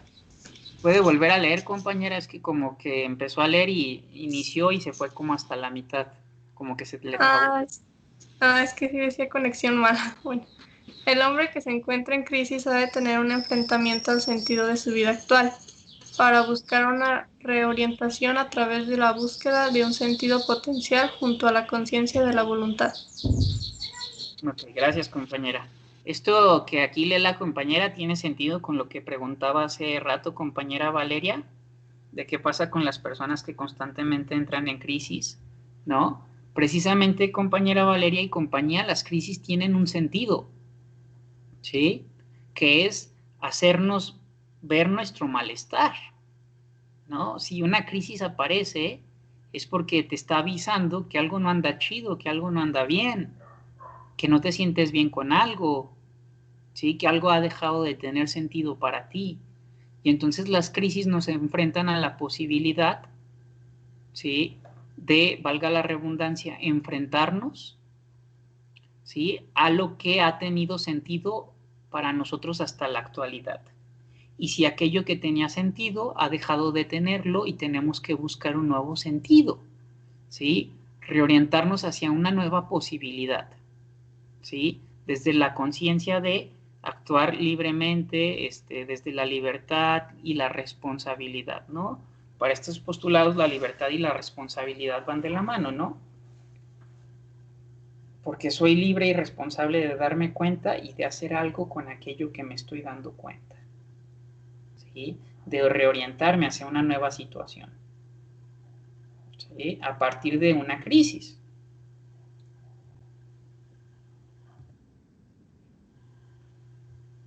Ahora sí, compañera. La siguiente diapositiva. A ver, el logoterapeuta tiene la función de ampliar y ensanchar el campo visual del paciente de forma que sea consciente y visible para todo el espectro de significados y principios. Nunca debe imponer juicios, sino dejar que el paciente busque por sí mismo. Ok, muchas gracias, compañera. Entonces, esto que acaba de decir su compañera, chicos y chicas, tiene que ver con el hecho de que nuestra función como terapeutas es hacer preguntas para entender, pero estas mismas preguntas que hacemos para entender al otro van a hacer que el otro también se entienda a sí mismo, ¿sí? Entonces, por eso es que se trata de ampliar y ensanchar el campo visual del paciente. Nuestras preguntas son como los espejos retrovisores, chicos y chicas, por así decirlo, si usamos una analogía, ¿no? O sea, nuestras preguntas hacen que el paciente pueda ver lo que está detrás de él, ¿sí? Lo que no puede ver, porque si voltea, pues va a chocar, ¿no? Y entonces, que el paciente pueda ver lo que hay detrás, ¿sí? Si es consciente o no es consciente, si es visible o no es visible para sí mismo, ¿sí? Y cómo, por ejemplo, aquello que tenía sentido, pero a lo mejor dejó de tener sentido o significado y no se había dado cuenta, ¿sí? Los principios bajo los cuales se había vivido y el hecho de analizarlos y comprenderlos con su realidad actual, ¿no? Si esos principios embonan en lo que está viviendo en la actualidad, ¿sale? Entonces, nuestras preguntas no van a enjuiciar, sino que van a dejar que el paciente, ¿sí?, pueda percatarse de sus propios significados y principios. Y si estos significados y principios siguen siendo vigentes, porque acuérdense que el sentido de la vida es concreto en cada momento de la vida, ¿sí? Como las cosas cambian, las circunstancias cambian, las relaciones duran, terminan, etcétera, ¿sí? nosotros cambiamos, ¿sí? Estamos en constante cambio, somos seres inacabados mientras estamos vivos. Esta es una postura de la filosofía existencial, ¿sí? Estamos siendo a todo momento, pues nos vamos modificando, ¿sí? Y entonces, esta es la labor del logoterapeuta, ¿no? Apoyar a través de las preguntas y el acompañamiento a que el otro pueda darse cuenta del espectro de significados y principios que forman parte de su vida. Si estos significados son vigentes, si estos significados son obsoletos, si quiere modificar algo, si quiere seguir bajo ciertos principios iguales, etcétera. ¿Sale? Estas crisis vienen también en la adolescencia, por ejemplo, ¿no? Si vamos a un ejemplo de desarrollo evolutivo, ¿no? Cómo el adolescente tiene que cuestionarse los significados y principios que ha aprendido hasta estos momentos por sus padres, por sus cuidadores, para crear su propia individualidad, ¿sí? Para seguir con este proceso de individualizarse. Vamos a la siguiente diapositiva.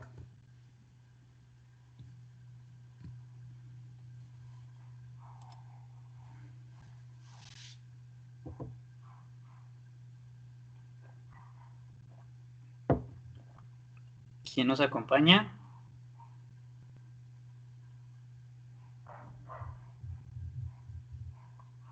Si gusta yo, profe. Al hablar de sufrimiento, Frank se refiere a aquel que no puede ser evitado. Afortunada o desafortunadamente, el sufrimiento es algo intrínseco a la vida humana. Todos en algún momento lo hemos vivido. Ok, gracias, compañera. ¿Sale? Hablar de sufrimiento, chicos y chicas, es hablar de una condición humana. ¿Sí? Y como lo leyó su compañera, pues todos en algún momento de nuestra vida hemos sufrido por algo, por alguien, por alguna circunstancia. ¿Sí? Y esto pues no lo podemos evitar. ¿Sí? Esto es inevitable, ¿no? Pero este autor lo que plantea es la posibilidad de entender y dar significado a aquello que nos está pasando. O sea, poder salir del sufrimiento es poderle dar un significado a aquello que nos dolió. ¿Sí? ¿Y qué sentido o qué aprendizaje nos deja aquello que nos dolió? ¿Sí? El primer desamor, ¿no? ¿Qué significado tiene, no? El primer sufrimiento por desamor, ¿no? Sí, jurábamos todos y cada uno de nosotros que nunca más nos volveríamos a enamorar, ¿no? Que nos íbamos a morir después de ese primer desamor. Después nos damos cuenta que después de este primer desamor tan intenso que se siente tras la primera ruptura amorosa, pues ya después los siguientes desamores ya no duelen tanto, ¿no? Por ejemplo. ¿Sí?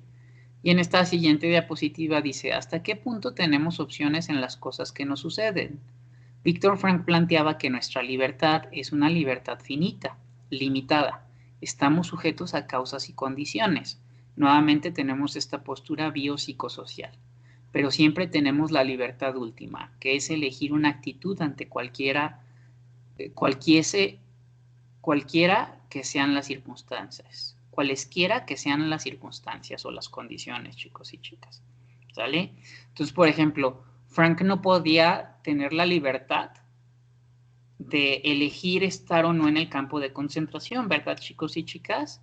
Sin embargo, podía elegir la actitud que tomaba frente a esas condiciones que no dependían de él, ¿no? Entonces, hay situaciones, condiciones o circunstancias que no dependen de nosotros. Pero la actitud que tomamos o la libertad que tenemos para actuar de una manera distinta es lo que es nuestra libertad. ¿Sí? No sé si varios de ustedes escucharon o si escucharon el podcast que les compartí hace como un mes, ¿no? Que esta autora decía, bueno, tú necesitas algo y quieres contarle a alguien en relación a tu necesidad. Tú debes de ser consciente de si eso que tú le quieres contar a alguien va a implicar que tú recibas aquello que tú estás necesitando. Entonces, si esa persona no está preparada para escucharte sin juzgarte, un acto de autocuidado y amor propio implica que frente a esas condiciones que tú no puedes controlar, porque tú no puedes controlar que el otro no te juzgue, sí puedes tomar una actitud frente al otro y decir, pues mejor no me arriesgo a que el otro me juzgue y no le cuento. Esa es una actitud, sí, frente a una condición que yo no puedo cambiar. ¿Vamos claros, chicos y chicas? Sí, profe. ¿Dudas, preguntas? Ok, vamos a la siguiente diapositiva. ¿Quién nos acompaña con la lectura? ¿Puedo ser yo, profe? Sí. Como reaccionamos a las condiciones no pueden ser cambiadas, depende de nosotros. Si no podemos cambiar la situación, siempre tenemos la libertad última de cambiar nuestra actitud ante esa situación. Actitud. Ok, bueno, esto es un poquito que complementa lo que venía explicándoles en la diapositiva anterior, chicos y chicas.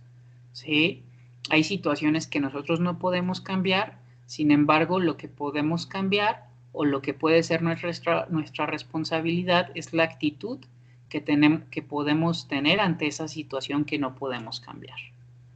¿Sale? ¿Quién más quiere leer? Creo que iba a hablar también cuando la compañera Leslie habló. Sí, profesor, yo puedo leer. Adelante. Si me ayudan a tomar la foto en el chat. Sí.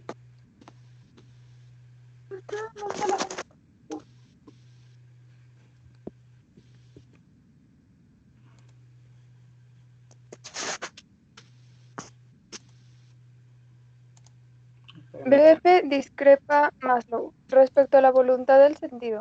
Pertenece a las necesidades superiores que solo pueden cubrirse si las necesidades inferiores han sido satisfechas. Frank sostiene como resultado de sus investigaciones que tanto personas que están en extrema pobreza como en la opulencia se preguntan por el sentido de la vida. Ok, muchas gracias, compañera, ¿no? Entonces, aquí tenemos una diferencia entre el autor Viktor Frank y el autor Maslow, que vamos a ver más adelante, chicos y chicas, con la pirámide de necesidades o las básicas de este autor, ¿no? Quizás ya las han visto en alguna otra materia, pero vamos a profundizarlas en esta materia y entender por qué Maslow llegó a esos postulados, por así decirlo, ¿no? Pero entonces este autor plantea que hay una diferencia entre lo que Maslow plantea y lo que él plantea, ¿no? Para este Maslow, el sentido de la vida se adquiere a partir de que son cubiertas nuestras necesidades básicas, entonces es que podemos aspirar a necesidades superiores, ¿sí? Frank sostiene que como resultado de sus investigaciones, pues aunque haya diferentes condiciones de vida o aunque todas nuestras necesidades básicas no sean satisfechas, aún así podemos darle un sentido a la vida, ¿sí? Preguntarnos por el sentido de la vida, ¿no? Y en ocasiones o en diferentes situaciones pudiera tener razón Viktor Frank desde su postura y en otras ocasiones Maslow, ¿sí? No es que estén peleadas estas dos posturas, sino que pues podemos hablar de que se pueden dar las dos situaciones, ¿no? Situaciones donde, aunque no tuve cubiertas mis necesidades básicas, pude sobreponerme y pensar en un sentido de vida, o situaciones donde me quedé estancado al no poder saciar mis necesidades básicas, ¿no? Entonces recuerdo la situación de un trabajo de unos chicos que entrevistaron a un migrante en las vías del tren, ¿no? Y entonces el sentido que tenía para este migrante, pasar hambre, sueño y demás, con tal de llegar a los Estados Unidos y poderle enviar dinero a su madre, ¿no? ¿Qué significado tenía para este migrante, ¿no? Este sentido de vida de poder llegar a la frontera y poder ayudar a su madre, ¿no? Por ejemplo. ¿Sí? ¿Quién nos acompaña en la siguiente diapositiva?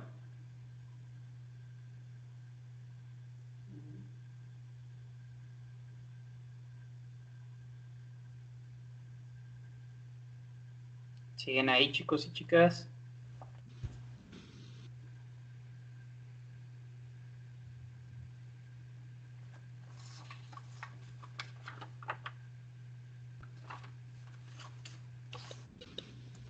Si gusta yo. No, si Adelante, quieres. compañera. Si gusta yo, ¿quién dijo? Yo, profe. Pero si gusta mi compañera leer, pues que lea ella. Lea usted y la compañera en la que sigue. Ok. Posibles actitudes frente al sufrimiento. Escapismo, apatía, autocompasión, contacto con el dolor. Ok, quizás a varios de ustedes les haga sentido esta diapositiva en relación a los que me escribieron en su trabajo número 1, ¿sale? Ya cada uno de ustedes revíselo, ¿no? Frente a situaciones de sufrimiento, ¿qué actitudes podemos tener? ¿No? El escapismo, evitarlo, ¿no? El no quererlo ver, ¿no? El evadirlo, ese es el escapismo, ¿no? La apatía, no es el resignarnos, el decir, pues ya que, ¿no? Esto es lo que hay, ¿no? La autocompasión, ¿no? Es el conmiserarnos, ¿no? El ay, pobrecito de mí, pobrecito del otro, ¿no? Y por último está el contactar con el dolor, el contactar con el malestar, ¿sí? Porque solamente contactando con el dolor es que podemos prestar atención a ello y poder actuar frente al mismo, ¿sí? Entonces, las primeras 3 tienen que ver con una adaptación más, por así decirlo, neurótica, ¿sí? Y esta última tiene que ver con la aceptación de lo que tenemos enfrente y la actitud que podemos tomar para hacer algo al respecto, ¿sí? Que el contacto con el dolor nos acerca a la posibilidad de darle un sentido hacia lo que queremos hacer a partir de eso. ¿Sale?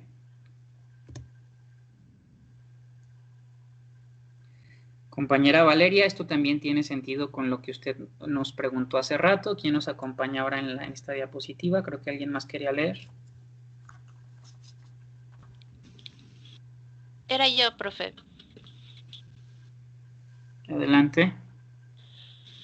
La culpa es la forma que tiene mi espíritu de decir, te sigues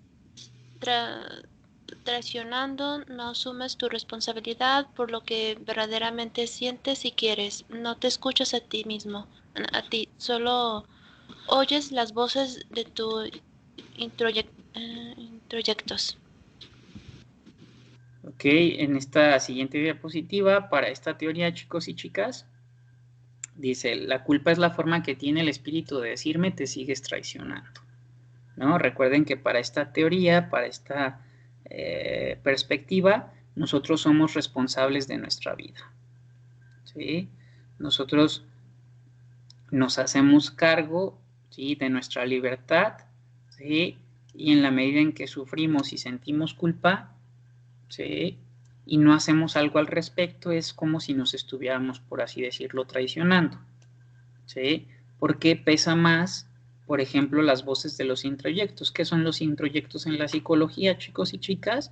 Sí, acuérdense que es un mecanismo de defensa, sí, que tiene que ver con manejarnos a partir de los debeísmos, sí, de aquello que me dijeron de cómo debe de ser, cómo tiene que ser, incluso aunque eso que me dijeron que debería de ser va en contra de lo que estoy sintiendo o me genera más malestar.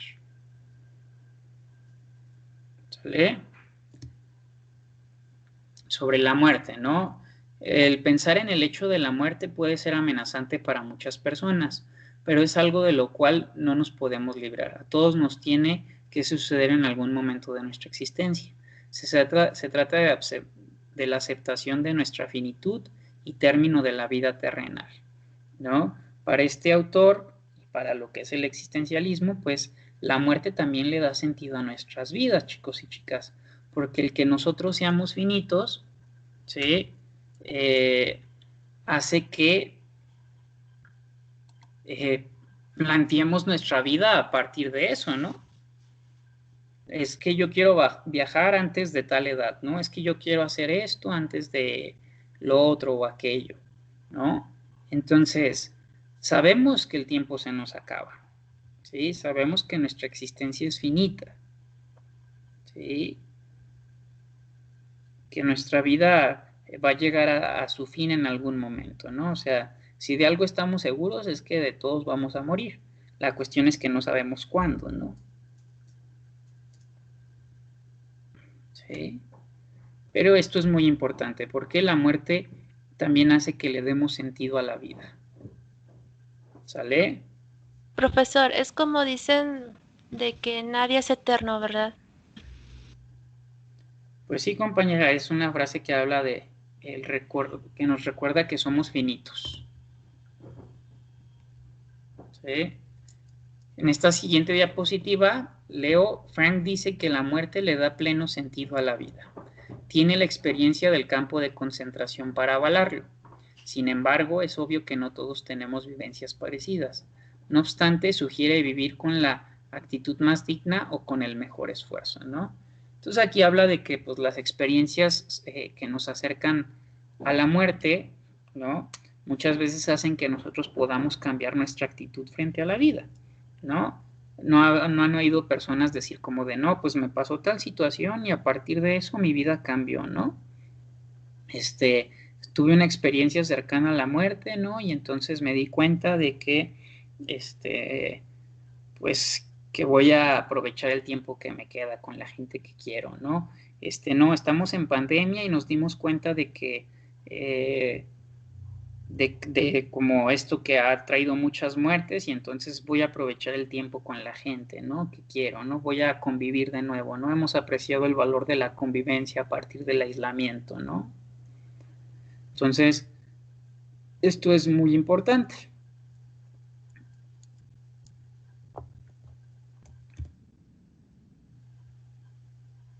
¿Sí? Aquí refiere que uno de los aspectos más importantes de la labor terapéutica de la logoterapia es hacer consciente al paciente de su responsabilidad ante la vida en virtud de la inevitabilidad de su muerte. ¿Sí?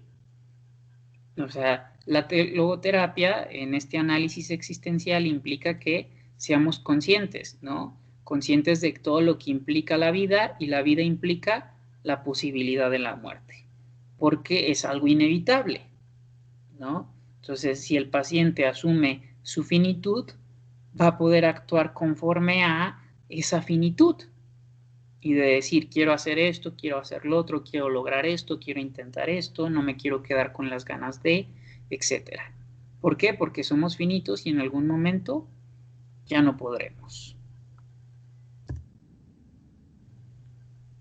¿Sí? Y entonces este autor también plantea que nosotros tenemos que asumir nuestra propia responsabilidad en lugar de esperar a que alguien más la asuma por nosotros. O sea, dejar de depender y decir que yo no soy feliz porque Pedrito me hizo tal, ¿no? Por ejemplo, ¿no? Y entonces asumir que si Pedrito me hace ciertas cosas, pues mejor me alejo de Pedrito, para que el Pedrito no me genere malestar, ¿no? Eso es asumir nuestra propia responsabilidad, ¿no? Dejar de esperar que nuestro bienestar dependa de alguien más, ¿no? Ir por nuestras necesidades.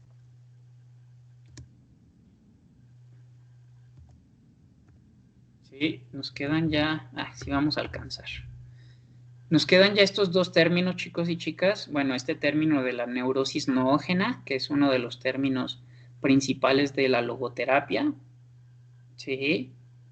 Que la neurosis noógena no surge por conflictos entre impulsos, sino más bien de problemas existenciales. No todos los conflictos son necesariamente neuróticos, plantea Viktor Frankl. Al contrario, es necesaria cierta dosis de conflictividad. De la misma forma, el sufrimiento no siempre es patológico, y la búsqueda de un sentido valioso frente al mismo es una angustia espiritual. ¿Sale? Hablar de la neurosis nógena, chicos y chicas, es hablar de este concepto de la logoterapia, que plantea que los conflictos no son necesariamente neuróticos, como aquí lo acabo de leer, sino que cierta dosis de conflictividad hace que nosotros prestemos atención pues a aquello que ya no anda chido en nuestra vida, ¿sí? Aquello que ha dejado de ser funcional en nuestra vida, aquello que ya no nos está gustando en nuestra vida. Entonces, los conflictos pueden ser un camino a la evolución. Los conflictos pueden ser la antesala a un cambio, ¿sí? A entender que algo ha dejado de tener sentido, a buscar un nuevo sentido, ¿sí? Y entonces nosotros los seres humanos tenemos la necesidad, ¿sí?, de dar sentido a aquello que nos genera bienestar y de cuestionarnos aquello que ya no nos genera mayor bienestar o incluso nos genera malestar o apatía, ¿sale?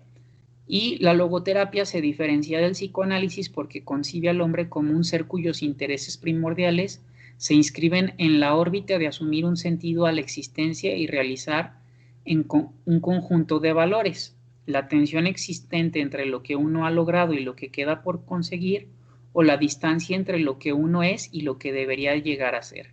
Es algo inherente al ser humano y por consiguiente indispensable para su bienestar psíquico. ¿Sale? Entonces nosotros, chicos y chicas, pues todo lo que hacemos tiene un sentido, ¿no? O intentamos por lo menos que tenga un sentido, ¿no? Pensamos en lo que somos y en lo que queremos llegar a ser, y el sentido de lo que somos y lo que nos gustaría llegar a ser, ¿sí? Y dice que es algo inherente a la condición humana, ¿sí? Es algo que forma parte de la condición de los seres humanos, ¿sí? ¿Alguna duda, chicos y chicas, hasta aquí? ¿Alguna pregunta? No, profesor.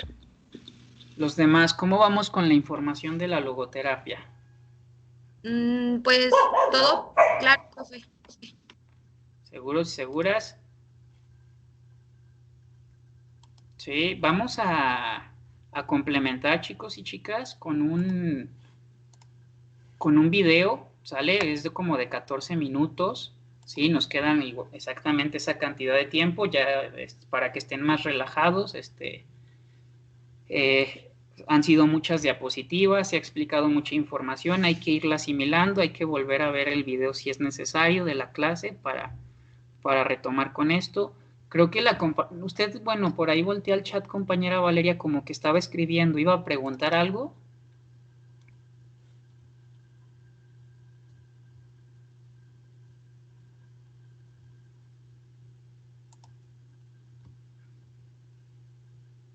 Bueno, lo que la compañera Valeria escribe, les pongo aquí en la pantalla, me dicen si se visualiza y se logra escuchar, ¿no?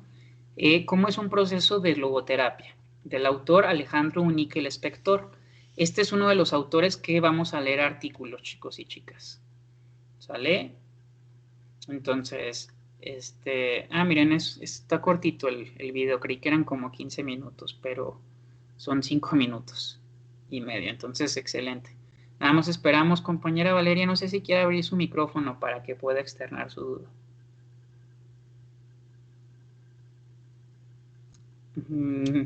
Dice que si la compañera Valeria Solís pregunta que si estaba bien si uno también se puede alejar de personas cercanas porque no le hacen bien. Mira, si yo fuera logoterapeuta, lejos de darte una respuesta, compañera Valeria, lo que haría es regresarte tu pregunta, ¿no? ¿Tú qué consideras? ¿Para ti estaría bien alejarte de personas cercanas porque ya no te hacen bien? ¿A qué te refieres con que ya no te hacen bien? ¿No? Y entonces yo te haría estas preguntas para que tú misma te cuestiones. ¿Por qué dices que ya no te hacen bien? Y si para ti estaría bien alejarte. No sé si me estoy explicando. O sea, yo no te diría, no, sí está bien o no, está mal, porque yo no soy quien para decirte qué es lo bueno o lo malo, sino que te haría preguntas para que tú misma te cuestiones. Y esto es el diálogo socrático. No sé si queda claro, compañera Valeria. Y compañeros, con esto que está preguntando su compañera.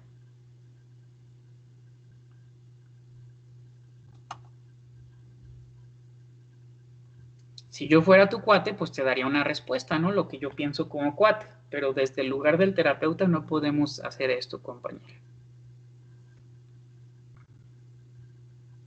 Me dicen si se escucha, ¿sale, chicos y chicas? Igual hagan sus anotaciones y complementenlo con esto que hemos venido explicando en la clase y que ustedes nos han ayudado a leer.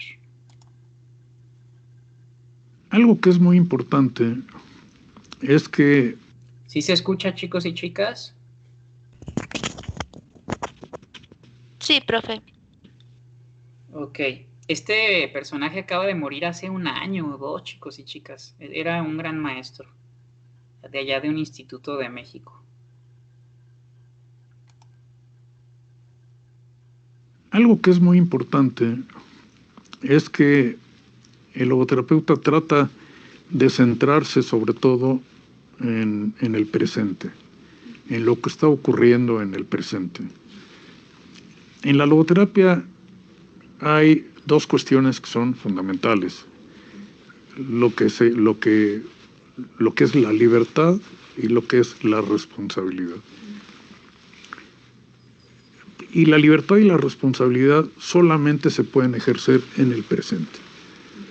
O sea, frente a una situación en donde la vida me plantea algún problema y trato de encontrarle un sentido a esa situación, lo voy a hacer eligiendo algo, eligiendo algún tipo de acción, como decía yo, en base a ciertos valores, ¿no?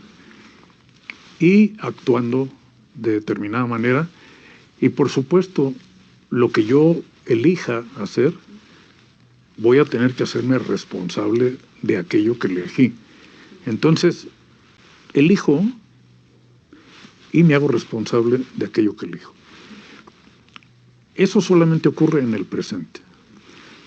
Entonces, el hecho de que el logoterapeuta se centre sobre todo en el presente hace que los problemas del pasado, o la historia pasada, no los problemas del pasado, la historia pasada, sin dejar de ser importante, porque es importante referirnos muchas veces al pasado, no nos centramos en el pasado, no nos quedamos en el pasado, no hacemos una arqueología del pasado, sino que por supuesto tomamos ciertos elementos del pasado, pero lo más importante es, bueno, cómo esos elementos del pasado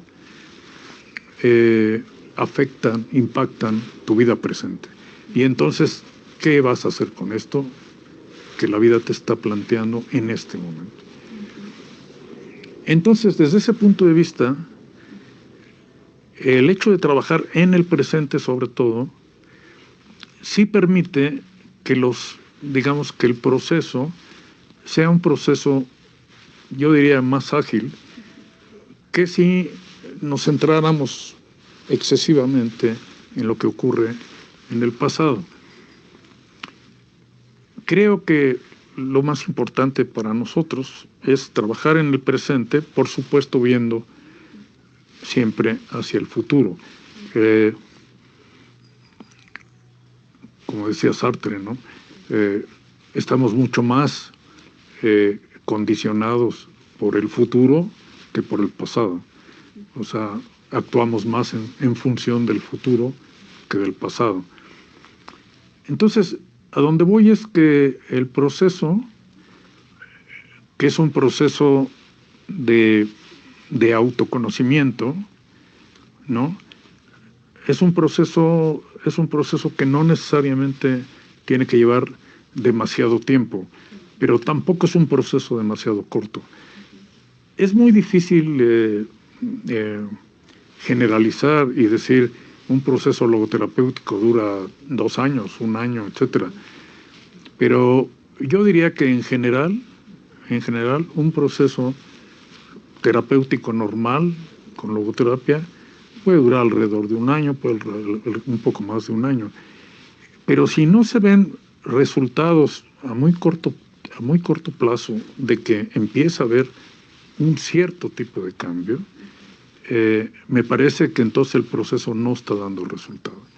Creo que es importante, aunque el proceso pueda durar 1 año o más, ¿no?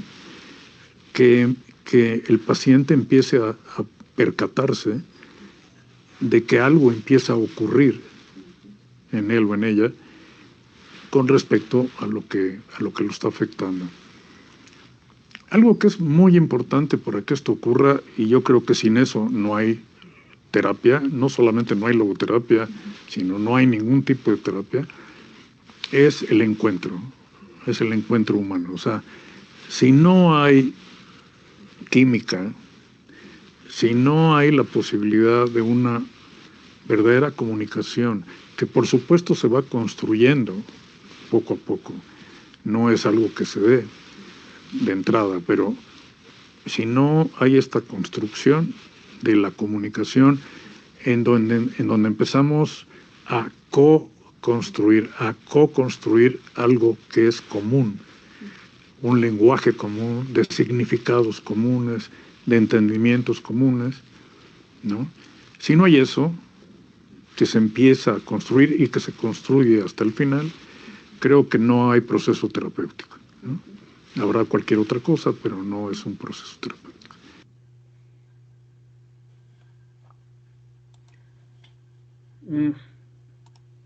Muy bien, chicos y chicas. Bueno, este es el video para cerrar la clase. Quería compartírselos, ¿no? Sumarlo a lo que es esta presentación, que me parece un resumen muy concreto y muy atinado de este autor, que explica de una manera muy clara y sencilla, pues lo que es la logoterapia, ¿no? Ya vimos conceptos, vimos el postulado, la metodología, pero este autor lo que hace es darnos un resumen más claro como de lo que es esta teoría, ¿no?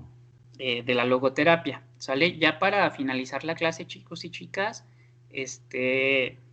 para esta siguiente tarea, quiero que me hagan una reflexión, por favor, de una cuartilla, ¿sí? Por lo mínimo una cuartilla, ¿sale? Una reflexión de mínimo una cuartilla, sin imágenes, quiero pura letra, por favor, chicos y chicas, sobre qué sentido tiene para ustedes estudiar psicología, ¿sí? ¿Qué sentido tuvo para ustedes estudiar psicología cuando entraron a la carrera hace 2 cuatrimestres y qué sentido tiene en la actualidad?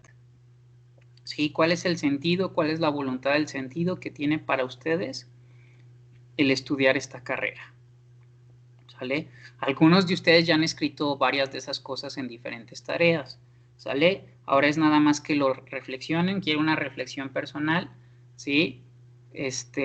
Sobre qué sentido tiene para ustedes, ¿sí? El estudiar psicología, cómo le da sentido a su vida esta decisión que tomaron de elegir esta carrera y de estarla estudiando, ¿sale?